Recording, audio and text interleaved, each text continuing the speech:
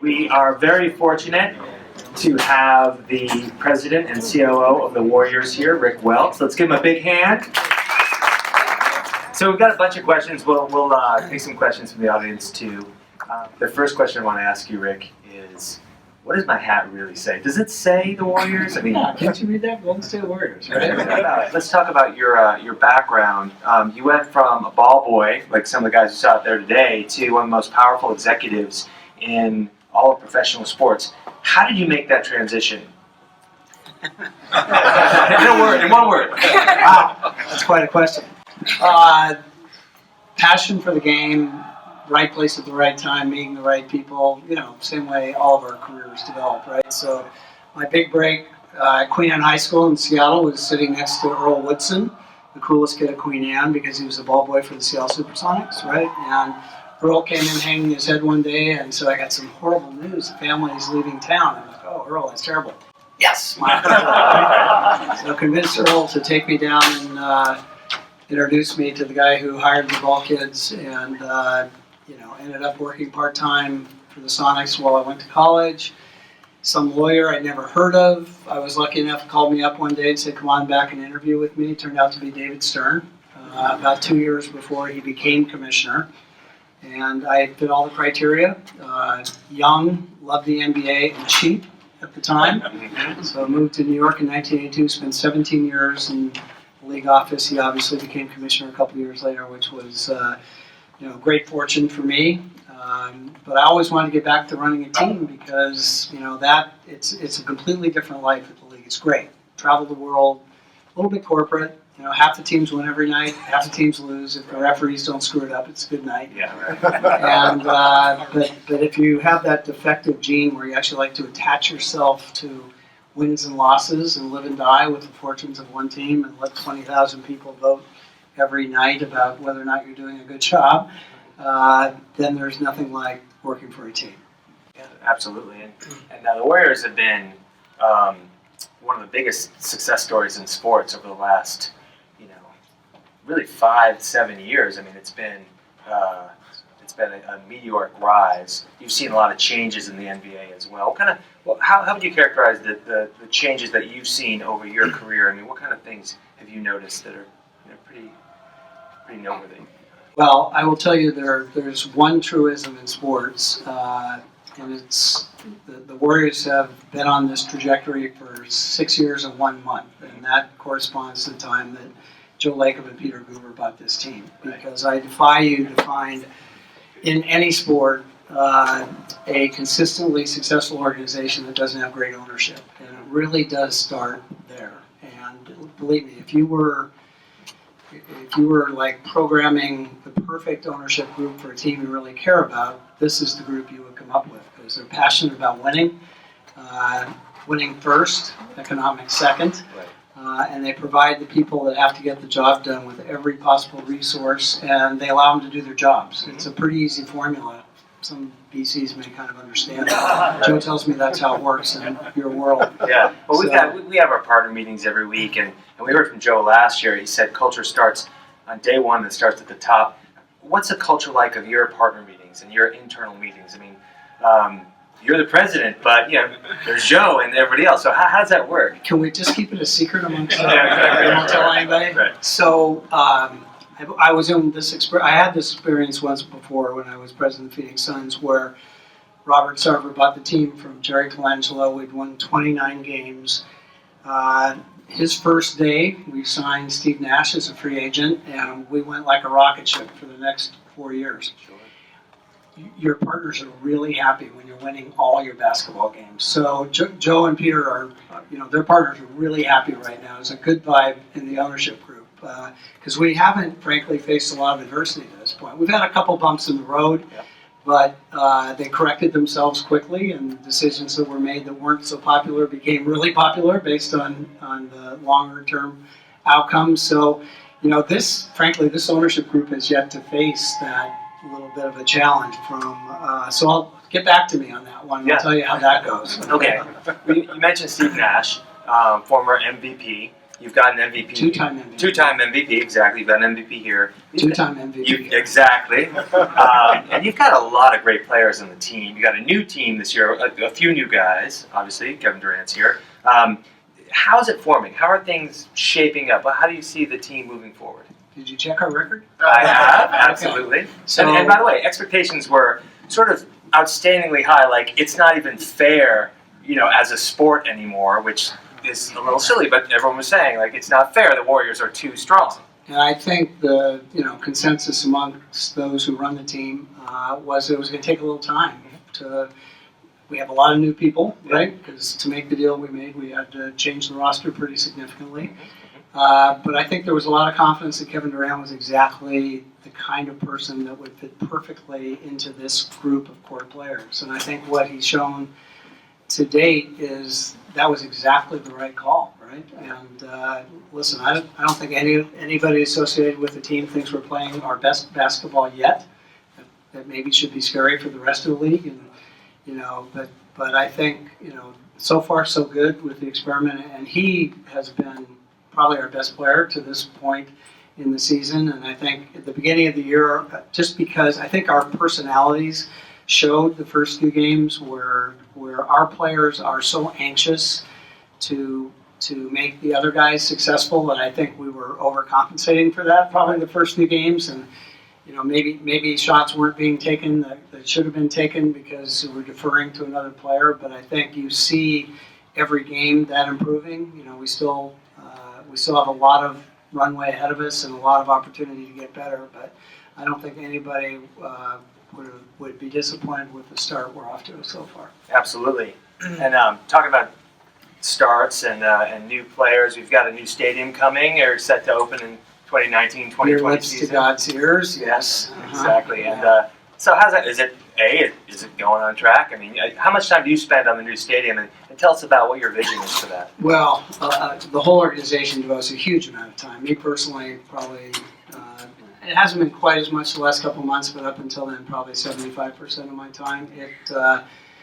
It's an amazing project that we're one court decision away from being able to put a shovel in the ground, and it's $1.5 billion privately funded. I'll repeat that: $1.5 billion privately funded without a penny of taxpayer money. We purchased 12 acres of land in the Mission Bay area of San Francisco. It was to be a Salesforce corporate campus.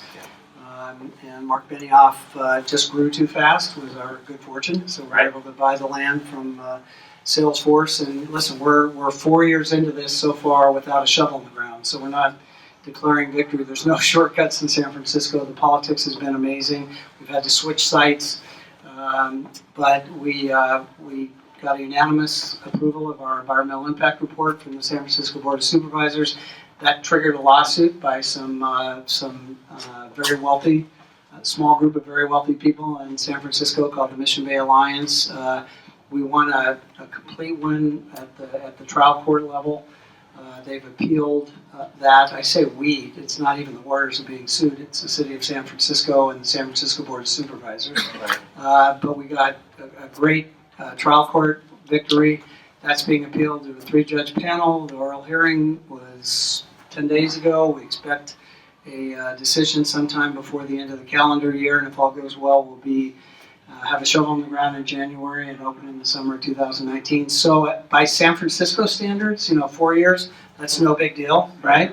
By the rest of the world, that's like, Sacramento started after us, and they're playing, games in their new arenas. So we knew what we were signing up for, and we knew that it would have to be something that would be 100% privately financed. The good news when it's over, as you business people will know, is that we own it 100%. There's no public money involved, so how it's run and our ability to deliver a great fan experience is all on us, and we can't wait till that happens. Sure.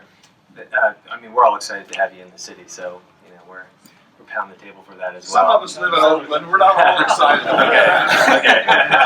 With the one exception. Are you a public transportation guy? Do you do public transportation? We're the preeminent venture fund in Oakland. Okay. I'm going to teach you to learn BART. It's going to be really easy. Yeah. Okay.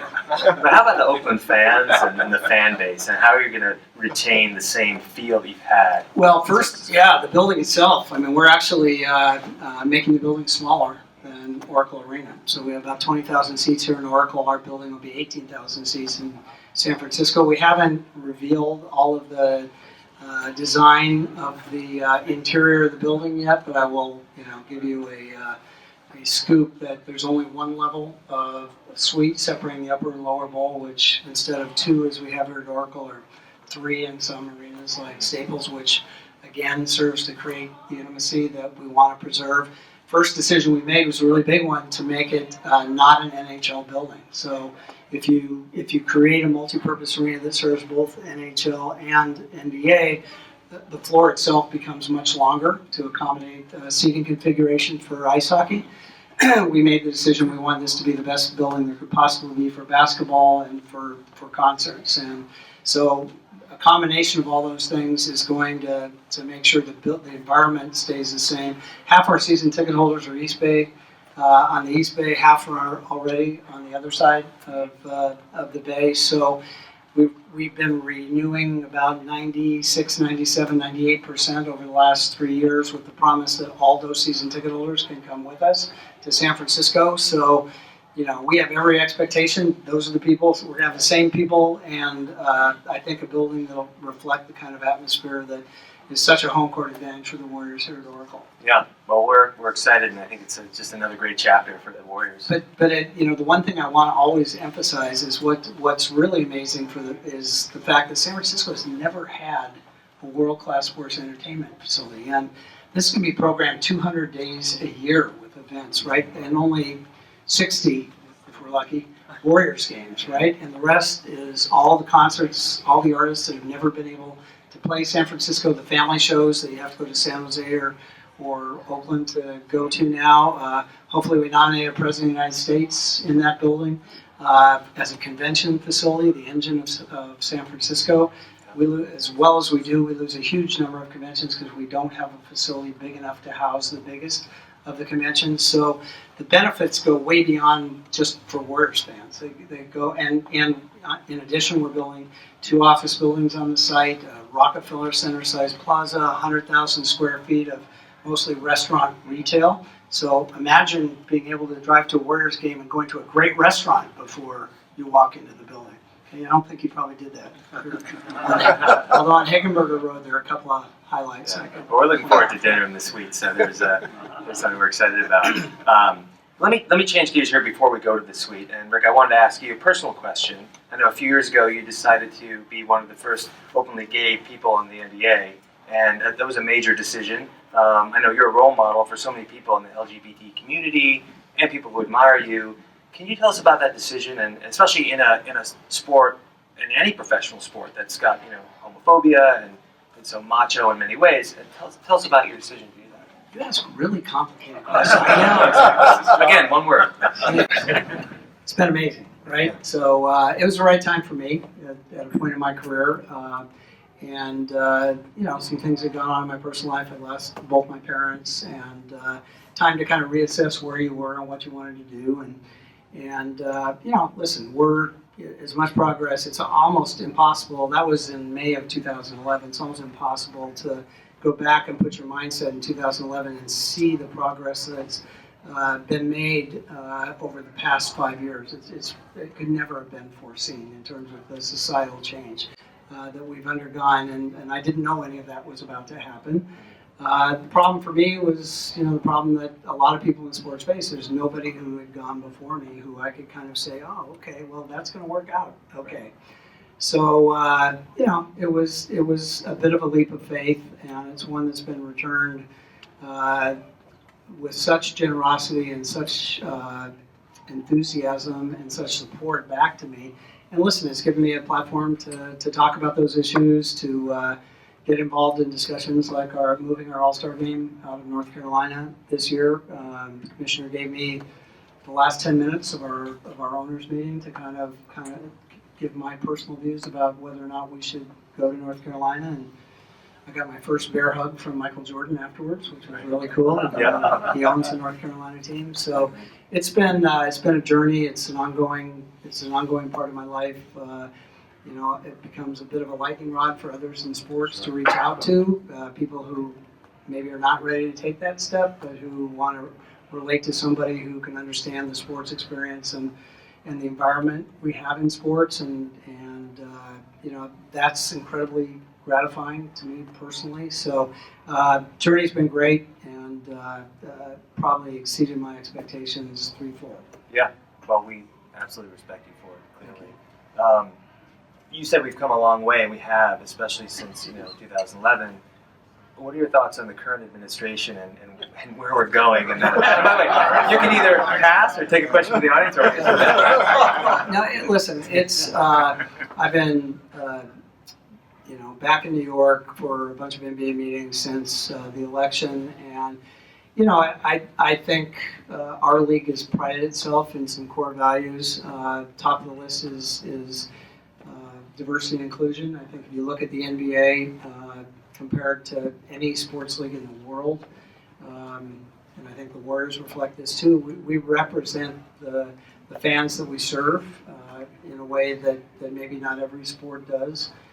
And we place that as a really high priority. And we have core values about human rights and about what's right and what's wrong. And we're gonna continue to stick with that. I guess at least from my vantage point, the president-elect has struck quite a different tone as president-elect than he struck as a candidate. So I guess we'll go along with our current president and say, let's wait and see. Yeah. So we'll wait and see and keep our fingers crossed that that some of the progress that's been made in our society continues to move forward, and we don't take a step back. Right. I think we can leave it there. But that's well said. Well, you mentioned we have some great minds in the room today. I know that some of you have some questions and love to take some. Brett? Yeah, I know it's been reported about, but can you talk about the Kevin Durant offseason signing and just the inside scoop on that? Kirk Jacobs in the back of the room here is our assistant general manager too. Don't play. I think the answer is don't play poker with Kevin Durant, because I think every team that went and visited him left saying, well, he's going to re-sign with Oklahoma City. So, including our team, until that phone call came to Bob Myers early on the 4th of July, I don't think there was the expectation the trip had been successful. But credit our players. I think that's what he said. I'm just repeating what he's already said. Kirk being the tech genius that he is, we had VR goggles to put on Kevin to make him cry when he won his championship with the Warriors, and great film productions. None of it ever got used because the four players that went on the trip, our four top players, Andre Iguodala, Steph Curry, Klay Thompson, Draymond Green, basically took him outside and told him how it was going to be, and apparently they're pretty good salespeople because that's what he decided he wanted to be a part of. So it was, I think it was a surprise to everyone that was his decision, and obviously I think he's really happy with the decision he made, and we're especially happy with that decision. So. Absolutely. Yes. Yeah. I predicted it, by the way. You did? Yes. How much influence would you say Jerry West has in general on the team? I will tell you that the question was how much influence does Jerry West have in the organization. I will tell you that being an NBA fan from the time I was 16, and I was at the Phoenix Suns when Joe and Peter bought the team, everyone had always looked at this franchise and said, oh my God, if you could ever get this in the right ownership and management hands, look at the success factors in place. Amazing fan support despite not putting a great product on the court. Look at where we live. Look at how the companies in this area are changing the world. Look at how that resonates with 20-somethings out there. Oh my gosh. But I will tell you, it wasn't until I read that the first signing, really, that they did was signing Jerry West. I said, wow, these guys get it, right? These guys understand what it takes to build a great team and have a commitment to do just that. So, that really is what got my attention. And, listen, the guy has, as storied a career as anybody in sports, and his input, he doesn't run the basketball operation, but his input is precious and sought after and always a part of every decision that gets made. But I think, frankly, the credibility that he gave the organization early on was something you couldn't put a price tag on, because just the fact that that guy, the champion as a player, repeat champion as a general manager, was willing to say, this is where I'm going to focus my attention, was just a tremendous turning point for the franchise. As the father of two young boys who are diehard Warrior fans, I'm curious why there's not more, or really any this year, day games. It's hard to take kids, who are going to sleep at 8 o'clock at night to games that start at 7:30. Yeah, it's we unfortunately are now the most televised team in the NBA. Very honestly, everything from when finals games start to everything else is television driven, meant to deliver the biggest audiences possible. Imagine if you were an East Coast viewer watching the World Series this year. Holy cow! I was falling asleep, right? And then add 3 hours to that. So it's part of the reality of how media affects our opportunity to play a lot of games at an earlier time, because we're not going to draw the same kind of television audiences that we would. And we don't have as many weekend games as I would like this year. That's when we like to do it. For whatever reason, the way the schedule played out this year, we don't have nearly as many weekend games as we did a year ago. But we hear you, and we like the idea, especially on weekends, of being able to do the earlier start times. By the way, we have a BC Network event in the spring where you can bring one of your kids on a Sunday, so we can address that. Yeah, so. To a basketball game? To one of our Warrior games, yes. Okay. Can you describe how the org structure works? You're the president and COO, there's a general manager. How does it all? Yeah. No. How do we organize? I think we're organized the right way.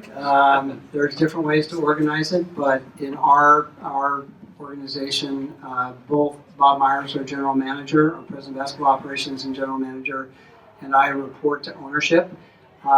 That's only part of the puzzle. I think what really resonated with me is the way we expect from ownership that the basketball and business operations work hand in glove together to get the best outcome. Now that is different than some teams. It's not the only way to be successful. There are other teams in our league who really have completely separate operations from basketball and business, and historically have done very well. I don't think it's the best way to maximize the opportunity. Kirk and Bob Myers sit in our weekly business staff meeting, not to tell us whether or not Draymond Green is going to be playing tonight, but to weigh in on ticket pricing, weigh in on other business issues, because they're smart people who have an opinion about everything that we are doing, and we value opinion at the Warriors. So that part is different, where the business and basketball operations work extremely close together. And I would say, and this probably starts with Joe, we're somewhat notorious for expecting dissenting opinions, right? We love to be in a room. If you're in the room, you ought to have an opinion. And if you're not prepared to express that, even if it's not the conventional wisdom, then you probably won't be in the room much longer. And I think that's really, we have an environment where it's a safe space to really say, I think that's crazy, or I don't agree with that at all, and also come together at the end of that meeting, and whatever decision is made, we're all behind it. But that kind of diversity of opinion is really valued within the business and the basketball organizations, and expected from anybody who's going to be a significant player in the organization. Probably take one more question. Here we go. Sorry, I just haven't really gotten over it, but how do you feel about the league's decision to suspend Draymond? Oh, we thought it was a terrific decision. As a former league operative, you must have a perspective on it. I'm just kidding. It's not the first time this has happened to me. We turn these, Western Conference Finals, Phoenix versus San Antonio, and in the last minute of a game, the Suns had won in San Antonio to go ahead 3-2 to come home for a potential clinching game. Our two-time MVP point guard was hip checked into the scorer's table, and Amari Sotomayor, who was long through playing that night, stepped off the bench onto the court and was suspended for the next game, which we lost, and then lost the series going back to San Antonio. So I've been there before. It was the only time in my life I didn't speak to David Stern for 2 months. So, it is what it is, and we wish we could have it all over again. But listen, it's sports, and stuff like that happens, and you just have to play through it and try to make the best out of a bad situation, and maybe we can right that wrong sometime in June this year. I have one last question. If you could change anything in the NBA, what would you change? Oh man, something really geeky like the away from the ball foul. We modified it a little bit this year to try to eliminate some of the ridiculous, jumping on players to send bad free throw shooters to the line. I think we're working really hard to improve the schedule. And I think that hopefully we're going to have a new collective bargaining agreement sometime very, very soon, and perhaps that's going to include some adjustment in the schedule. We're not going to reduce the number of games, but if we can potentially shorten the preseason and lengthen the number of days in the regular season, we can get rid of some of the really difficult scheduling hurdles that we put in front of teams to be successful. I think this is our third game in a row where the team we're playing tonight had to play last night and travel to the Warriors. That's really hard. Yeah. It's nice when you're, the Warriors tonight, but overall it's not great for the game. So eliminating the, 3 games in 4 nights, the number of back-to-backs that we have to have would improve the game and improve the quality of the game. So it'd be great if we could do that. Yep. Well, we're looking forward to the game tonight with the Warriors against the Hawks. And again, let's give Rick a huge hand. Enjoy the game.